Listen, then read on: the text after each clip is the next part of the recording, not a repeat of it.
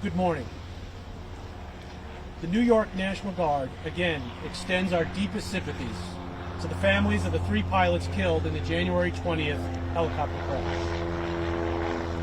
The Black Hawk helicopter went down during a training flight near Mendon, New York. All 3 crew members on board the aircraft, Chief Warrant Officer 5 Stephen Skoda, 54, Chief Warrant Officer 4 Christian Koch, 39, and Chief Warrant Officer 2 Daniel Kryl, 30, died at the scene.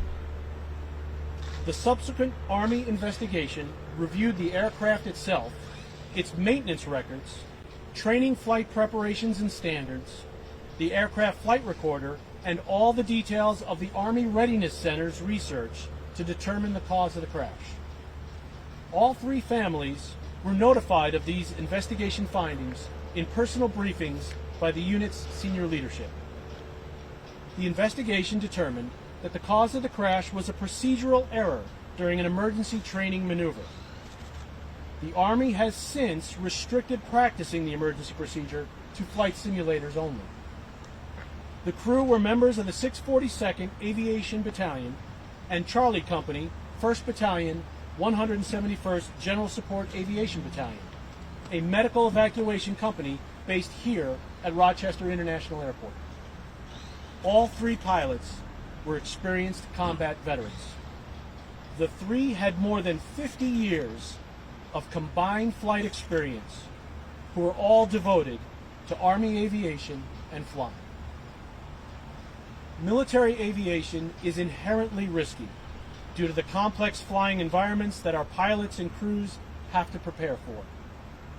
It can also be an unforgiving environment, with life and death decisions and actions, no matter the circumstance, whether mechanical, weather, or crew related.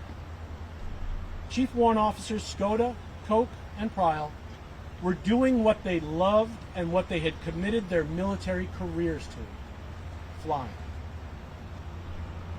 The company has since resumed flight operations and training in mid-March and continues to review and improve its aircrew training program. With that, I'll accept some questions from the group. The procedural error, I'm sorry, what was that? What was the procedural error that took place? The crew had been undergoing an emergency procedure training maneuver. The procedures and actions taken for that error are what led to the crash of the aircraft. Colonel, I still don't quite understand that from a layperson's perspective. Can you explain what Sure. you just said so that somebody who's not military understands? So, for folks who understand aviation, it is very important to practice, prepare, and rehearse procedures during an emergency, in-flight emergencies in particular.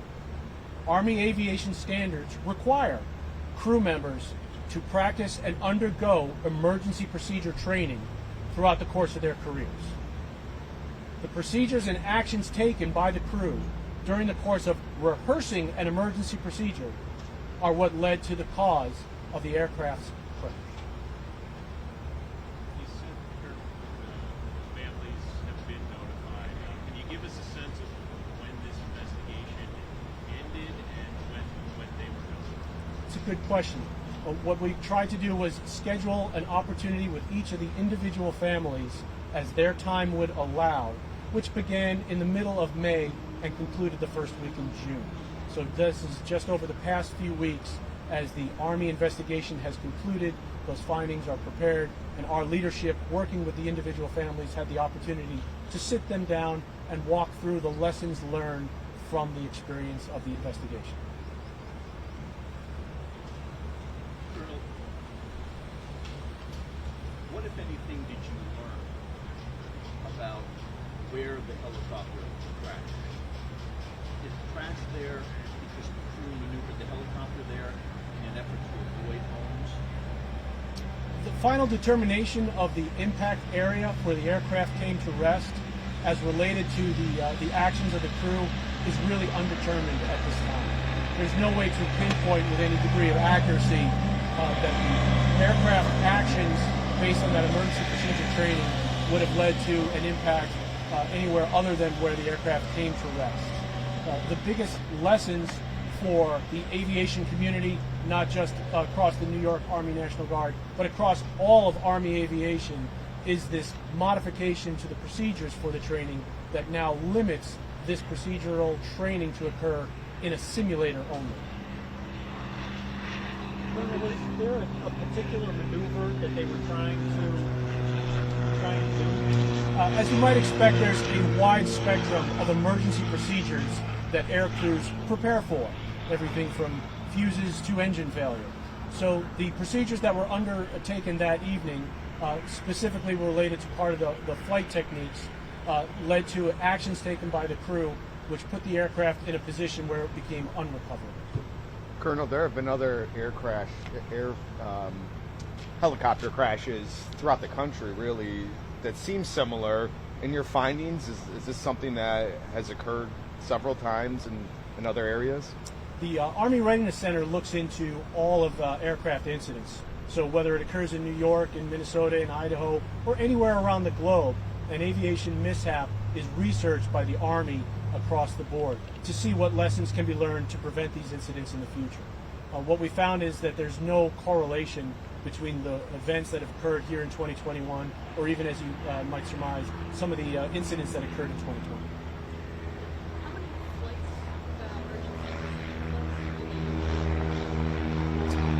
So that's a good question. How do these training events occur? And typically, as pilots are training for their proficiency, they are instructed and then rehearse emergency procedure actions over the course of all routine training flights. So it can be as part of a regular day's training, it could be part of an evaluation of training, so that all crew members across the unit are proficient in the actions taken and understand all of the procedures should an emergency occur. And again, there's a wide range of what those might be. Is it like once a month? Like you have to do morning, daylight, nighttime, winter, summer? Yes, you allude to the conditions and environments. Emergency procedure training, as occurred in this instance, was under night vision goggles. So the training for these types of actions occur for our crew members across all of Army aviation resources, both day, night, all weather conditions. Like once a month, twice a month? It can be as often as every flight, as long as you're practicing. The goal of that flight is a training flight to prepare and refine skills for emergency response. So a typical mission might not involve rehearsing emergency actions, but specific training flights, it is a routine part of those actions of the flight, and they are briefed prior to departure. They are part of the event of coming into an armory and preparing for that training flight, so the crews know what they are likely to experience over the course of that training mission. Was it the night goggles that you said that whatever they were doing was going to be simulated? So was it using the night goggles or flying at night? The night hours did not have a factor on this particular incident. And in fact, simulations or simulators used by air crews can replicate night vision conditions as well. So for crew members, the Army has provided significant opportunities to train in a simulator environment that very closely mimics actual flying. So it's all emergency, whatever you said, Emergency procedure training. So it doesn't matter if you had a special one for winter or summer, it's just any. Correct. Colonel, in layman's terms, can you describe what the emergency they were training for when the mistake was made? It was an in-flight emergency just related to the flight controls of the aircraft itself.